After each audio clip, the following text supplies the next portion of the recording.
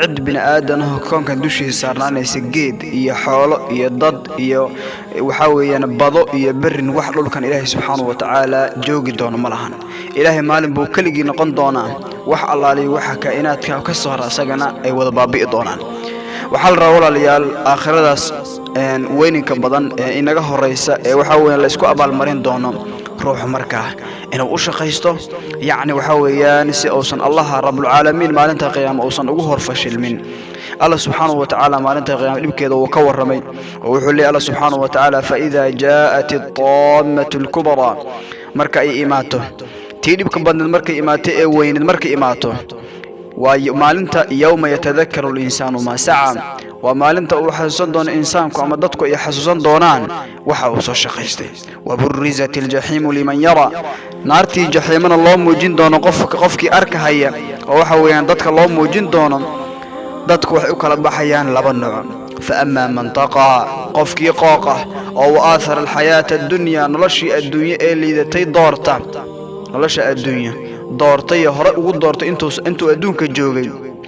فإن الجحيم هي المأوى نارت الجحيم أي أهاتي مكانه هيت كيسة وأما من خاف مقام ربي قفك ميت ربطا لكن إلهي سبحانه وتعالى هر استاقيس كعب صدا ونهى النفس عن الهوى نفتي سنكربها وذا يوحيالها أي جعشها فإن الجنة هي المأوى جنة أي كاسن أهاتي مكانه هيت كيسة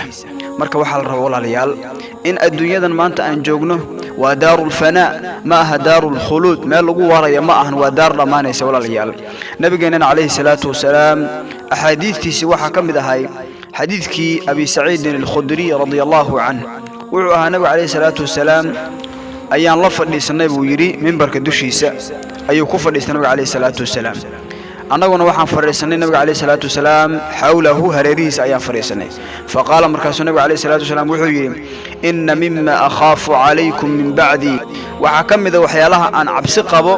dushin aan ka cabsi qabo gadaashayda ma yuftahu alaykum min zahrati ad-dunya wa zinatuha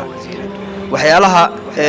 la furi doona dushin la furi doona oo adduunyada dhalaalkeeda ah iyo quruxdeeda ayaan waxa weeyaan ka cabsi qaba ka walaal adduunka weyno ka tageena waxba yeelan adduunka isku dhajin aan diyaarsano acmaashi Allah subhanahu wa ta'ala aan la hortagi lahayn aan diyaarsano